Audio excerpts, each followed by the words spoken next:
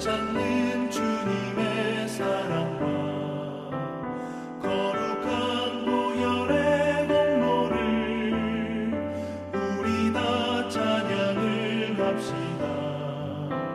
주님을 만나볼 때까지 예수는 우리를 깨끗게 하시는 주시니 그의 피 우리를 눈보다 더 희게 하셨네. 우리를 깨끗게 한 피는 무궁한 생명의 보리새, 생명의 구원을 받은 자 하나님 찬양을 합시다. 예수는 우리를 깨끗게 하시는 주시니 그의 피 우리를 눈보다 더 희게 하셨네.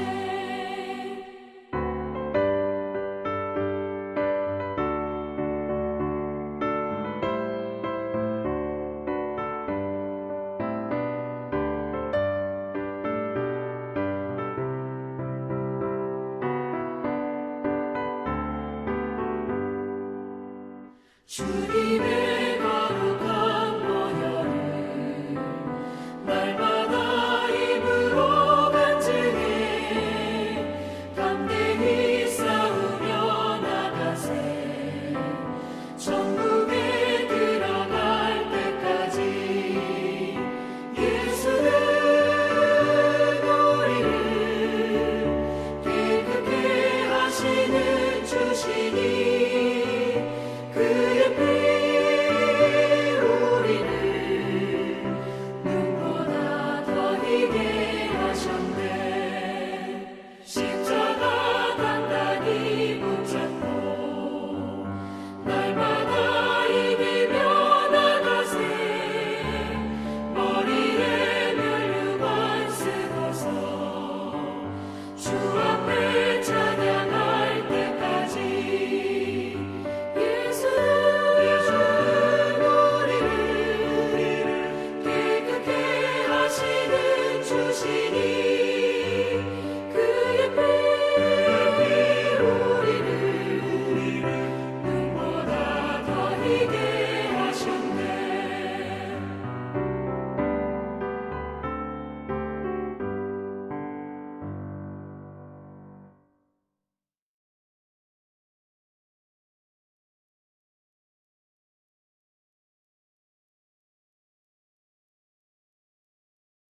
(2021년 2월 2일) 화요일 아침 묵상의 시간을 함께 나누도록 하겠습니다.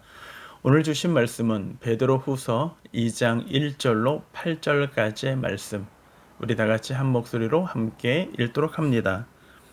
그러나 백성 가운데 또한 거짓 선지자들이 일어났었나니 이와 같이 너희 중에도 거짓 선생들이 있으리라. 그들은 멸망하게 할 이단을 가만히 끌어들여 자기들을 사신 주를 부인하고 임박한 멸망을 스스로 취하는 자들이라. 여럿이 그들의 호색하는 것을 따르리니 이로 말미암아 진리의 도가 비방을 받을 것이요 그들이 탐심으로써 지어낸 말을 가지고 너희로 이득을 삼으니 그들의 심판은 예적부터 지체하지 아니하며 그들의 멸망은 잠들지 아니하느니라. 하나님이 범죄한 천사들을 용서하지 아니하시고 지옥에 던져 어두운 구덩이에 두어 심판날까지 지키게 하셨으며 이에 세상을 용서하지 아니하시고 오직 의를 전파하는 노아와 그 7 식구들을 보존하시고 경건하지 아니한 자들의 세상에 홍수를 내리셨으며 소돔과 고모라 성을 멸망하기로 정하여 죄가 되게 하사 후세 경건하지 아니한 자들에게 본을 삼으셨으며 무법한 자들의 음란한 행실을 말미암아 고통당하는 의로운 롯을 건지셨으니 이는 이 의인이 그들 중에 거하여 날마다 저 불법한 행실을 보고 들으므로 그 의로운 심령이 상함이라. 아멘. 베드로후서 2장 1절로 8절의 말씀을 보면서 하나님이 우리를 건지신다라는 제목으로 우리가 함께 말씀을 나누도록 하겠습니다. 베드로 사도는 교회 안에 거짓 교사들이 들어왔습니다. 교회 안에 거짓 선지자들이 있었다라는 것입니다. 그들은 교회를 흔들고 교회를 거짓 교리로 성도들을 미혹하게 하는 일들이 초대교회 안에 일어나고 있었습니다. 특별히 소아시아의 지역을 중심으로 일들이 퍼져나갈 때 베드로는 베드로 후서를 통하여 그들에게 진짜 진리가 무엇이고 거짓 교사들이 잘못된 것이 무엇인지를 우리에게 설명해 주면서 이렇게 이야기합니다. 우리가 읽었던 2장 7절 말씀에 이렇게 말씀이 기록이 되어 있습니다.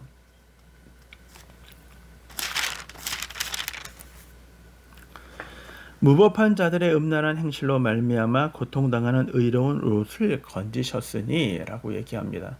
읽진 않았지만 9절에 주께서 경건한 자는 시험에서 건지실 줄을 아시고 불의한 자는 형벌 아래서 두어 심판날까지 지키신다 라고 우리들에게 말씀해 주고 있습니다. 오늘 하나님이 시험에서 우리를 건지신다 뿐만 아니라 롯을 건지셨다라고 얘기합니다. 건지셨다. 네. 이단이 우리들에게 들어오고 거짓 선지자들이 우리를 미혹하게 한다 할지라도 하나님의 자녀는 하나님의 반드시 건져 주신다라는 위로의 말씀을 저희들에게 하해 주시고 계신 것입니다. 이 사실을 사도 베드로는 확신하고 있는 것입니다. 그러므로 하나님을 믿는 주님 안에서 어떤 미혹이 있더라도 어떤 시험이 있더라도 어떤 어려움이 있다 할지라도 주님 안에 여러분이 있으면 주님이 능히 여러분을 모든 어려움으로부터 건져 주실 것입니다. 이것이 오늘 저와 여러분이 읽었던 본문의 내용인 것입니다. 오늘 이 본문의 모습을 보면서 두 가지를 우리에게 주지시키고 계십니다. 첫 번째는 이 이단이 이 잘못된 자들이 우리 교회 안에 우리가 섬기는 교회 안에 그 당시에 교회 안에 들어왔는데 가만히 들어왔다라는 것입니다. 2장 1절에 보면 그러나 백성 가운데 또한 거짓 선지자들이 일어났었나니 이와 같이 너희 중에도 거짓 선지자들이 있으리라. 그들은 멸망하게 할 이단을 가만히 끌어들여 자기들을 사신 주를 부인하고 임박할 멸망을 스스로 취하는 자들이다 라고 얘기합니다. 이 사람들은 누구였느냐? 네, 이들은 거짓 선지자들이었습니다. 이들은 누구였냐면요, 네, 거짓 선생들이라고 얘기합니다. 특별히 이 거짓 선생들은 누구라고? 너희 안에 있는 이에요. 그러니까 교회 안에 거짓된 선지자들이 있었습니다. 교회 안에 거짓된 선생들이 있었습니다. 이들은 평신도가 아니었습니다. 이들은요, 선지자요, 이들은 가르치는 자들입니다. 다르게 얘기하면 리더자들이라는 것입니다. 교회 안에 영향력의 파급력은요, 어쩌면 목사인 제가 가장 클 수도 있습니다. 왜요? 저는 여러분에게 말씀을 가르치는 자이기 때문이죠. 제가 잘못된 교리, 잘못된 진리, 잘못된 이단적인 성향이 있다면 교회는 위험한 것입니다. 오늘 이러한 자들이 교회 안에 있었다라는 것입니다. 영향력을 줄 수 있는 자들이 교회를 미혹하게 했는데 자신들이 잘못된 가르치는 그 교리로 어떤 일들이 일어나냐면요. 2장 중반절 이후에 보면 이렇게 얘기합니다. 멸망하게 할 이단을 가만히 끌어들였다라는 것입니다. 자신들이 이야기한 것을 뒷받침해주는 사람들을 끌어들여 왔다라는 것입니다. 무언가 잘못된 교리를 가르치는 것에 대해 합리화하기 위하여 잘못된 이단들을 끌어들였다라는 것입니다. 그래서 우리는 1장 20절에 보면 이런 말씀을 했던 걸 기억합니다. 먼저 알 것은 성경의 모든 예언은 사사로이 풀 것이 아니다. 성경의 말씀은, 예언된 하나님의 말씀은요, 그냥 개인의 생각으로 풀어서는 안 된다라는 것입니다. 네, 하나님의 말씀, 하나님의 진리로 풀어야 하는 것이죠.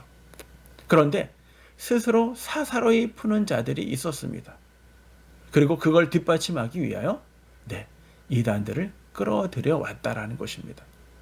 무엇인가 불편한 것, 아니면 무엇인가 자신에 대한 욕망과 욕심에 대한 걸 합리화하기 위하여 이단들을 끌어들였다라는 것입니다. 그래서 교회로 미혹하게 하고 그 미혹한 그 결과로 뭐냐면 임박한 멸망에 취하는 자, 스스로 취하는 자들 거기까지 나아가게 하고 있었다라는 것입니다. 이 사실을 안 사도 베드로는요. 교회의 첫 번째 경고가 사서로의 하나님의 말씀을 풀지 말라는 것이고 그걸 합리화시키는 지도자들이 있어 그들을 하여 이단을 끌어들이는 일들이 교회 안에 있었음을 경고하고 있는 장면인 것입니다. 사실은 목회하다 보면 사람들의 이야기를 참 많이 듣는데 다른 목회자들을 이야기 들을 때 교회 안에 전도사나 아니면 부목사나 아니면 담임 목사가 아니면 장로님이 권사님이 잘못된 교리를 끌어안고 와서 그런 사람들 자신들과 함께 한 이단적인 사람들을 추천하고 교육자로 받아서 아니면 목장으로 받아서 아니면 구역장으로 받아서 교회를 흔드는 사례가 너무나 많이 한국 교회에 일어났다라는 것입니다. 바로 이 부분은요. 오래전에 있었던 그 사건이 아니라 오늘날에도 동일하게 이루어지는 장면을 우리들에게 보여주고 있는 것입니다. 한국 교회 이단하면 누가 대표적이 있습니까? 대표적으로 세 가지를 얘기한다면 신천지가 될 것이고요. 그리고 하나님의 교회 안상홍이 될 것이고요. 세 번째는 무엇입니까? 구원파예요.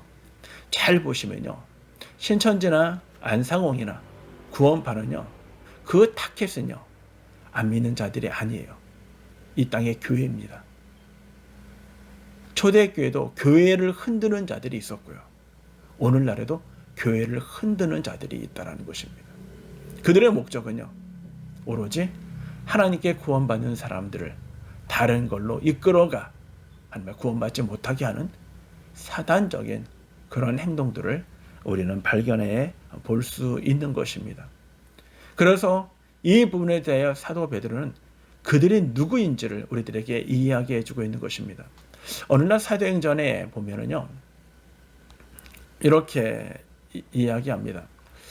사도행전 1장에 보면 주님이 다시 오심 왜 그들이 잘못된 교리를 받아들이게 되었는가? 그것은요. 바로 예수님의 재림 때문입니다. 예수님이 이 땅에 계시면서 이렇게 말씀하셨습니다. 내가 십자가의 고난을 당할 것이고 예언한 대로 십자가의 고난을 당하셨습니다. 그리고 십자가에 죽을 것이다. 저럼 예수님이 십자가에 죽으셨습니다. 그리고 예언하셨던 대로 3일 만에 살아날 것이고 갈릴리로 먼저가 너희를 볼 것이다. 라고 말씀하시고 그대로 되었습니다. 주님은요. 이 땅에 40일 동안 계셨다가 승천하시면서 베다니라는 곳에서 500여 형제가 보는 앞에서 내가 올라가는 이 모습 그대로 다시 오시리라고 재림을 약속하셨습니다. 우리는 그 재림의 약속이 이루어질 거라고 믿습니다. 그래서 초대교회는요. 예수님의 재림을 진짜 소망했습니다. 그런데 예수님의 재림을 소망하면서 그들은 고난을 견뎠는데 그들이 이 고난을 견디는 서로에 대한 인사로 마라나타라고 고백을 합니다. 마라나타, 주 예수여 어서 오시옵소서, 속히 오시옵소서. 그만큼 그들의 소망은 예수님의 재림이었습니다. 그런데 여러분, 예수님의 재림이 그들이 원하는 대로 속히 왔습니까? 예수님의 능력이 없어서요? 아니요. 예수님의 때가 아직 이르지 않았기 때문에요. 모든 사람이 예수를 구원받는 예수님의 이름을 듣는 복음이 전파되어지는 그거를 주님이 기대하시는 것입니다. 그때는 어느 날 빌립이 예수님에게 이렇게 했죠. 그때가 언제입니까? 라고 물어봐요. 그때 주님은 뭐라고 얘기합니까? 주님이 이 나라를 회복하신 주님이 오시는 그때가 언제입니까?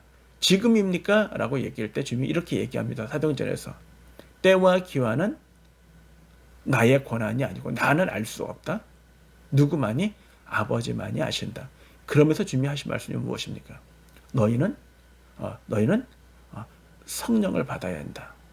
그래서 그 성령을 받은 이후에 너희는 예루살렘과 오직 성령이 너희에게 임하시면 너희가 예루살렘과 온 유대와 사마리아와 땅끝까지 이르러 내 복음의 증인이 되어야 한다라고 말씀하시죠. 자, 여기서 주님이 이렇게 말씀하십니다. 주님이 미래에 언제 오십니까? 라는 것에 대하여 미래에 언제 온다고 약속하지 않았어요. 그래서 주님이 과거에 대한 이야기도 말씀하지 않았습니다. 주님의 관점은 현재예요. 현재 너희가 예루살렘을 떠나지 말고 현재 성령을 기다려라. 그리고 그때 성령이 임하면 너희는 너희의 일들에 대해 충실히 하라라는 것입니다. 그런데 우리는 그 미래에 대한 그 주님의 기대가 너무나 커서 주님의 때가 아닌 우리의 때를 기다리는 사람들이 초대교회 안에 있었고, 그들이 주님이 오시지 않자 그것에 대하여 실망하고 좌절할 때 그 좌절한 심령 가운데 잘못된 교리를 심는 거짓 교사들이 있었다라는 것입니다. 그것이 초대교회를 흔들었던 미혹입니다. 여기서 나의 기대, 나의 소망이 주님의 때와 상관없이 내가 원하는 현실의 문제가 이루어지지 않을 때 그들은 실망하고 좌절했던 모습을 우리들에게 이야기해 주고 있는 것입니다. 오늘을 충실하게 살아라. 그것이 주님이 우리들에게 바로 이야기하는 바인 것입니다. 사랑하는 여러분, 오늘 우리는 여기까지만 말씀을 보도록 하겠습니다. 우리는 이 땅 가운데 삶을 살아갈 때 우리가 우리의 뜻, 우리가 바라는 대로 하나님의 뜻과 상관없이 우리가 욕심을 낼 때 우리는 내 이 부분을 채우기 위하여 잘못된 교리도 가만히 교회 안에 끌어들였던 우리의 잘못들이 우리의 한국교회 안에 있었다라는 것입니다. 우리는 누구를 생각해야 할까? 누구를 바라봐야 할 것인가? 그것은 예수 그리스도 그분이십니다. 사랑하는 성도 여러분, 이 땅 가운데 아무리 힘들고 어려워도 주님은 우리를 지키십니다. 주님은 우리와 함께 계십니다. 그리고 어려움 속에서 우리와 저와 여러분을 건지실 것입니다. 그리고 저와 여러분은 우리가 상황을 바라보는 것이 아니라 예수 그리스도 그 주님을 바라보시고 우리의 생각 내려놓고 우리의 의지 내려놓고 하나님의 뜻, 그 약속을 바라보시며 오늘을 견디시며 승리하시는 우리 신광교회 모두가 되기를 주님의 이름으로 축원합니다.